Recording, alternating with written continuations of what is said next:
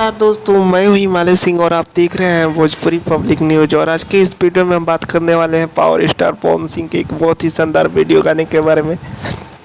जी हाँ, power star Pawan Singh का कल एक वीडियो गाना रिलीज हो रहा है, जिस वीडियो गाने का नाम है अपना धनिया से राजा जी रुसलवानी का।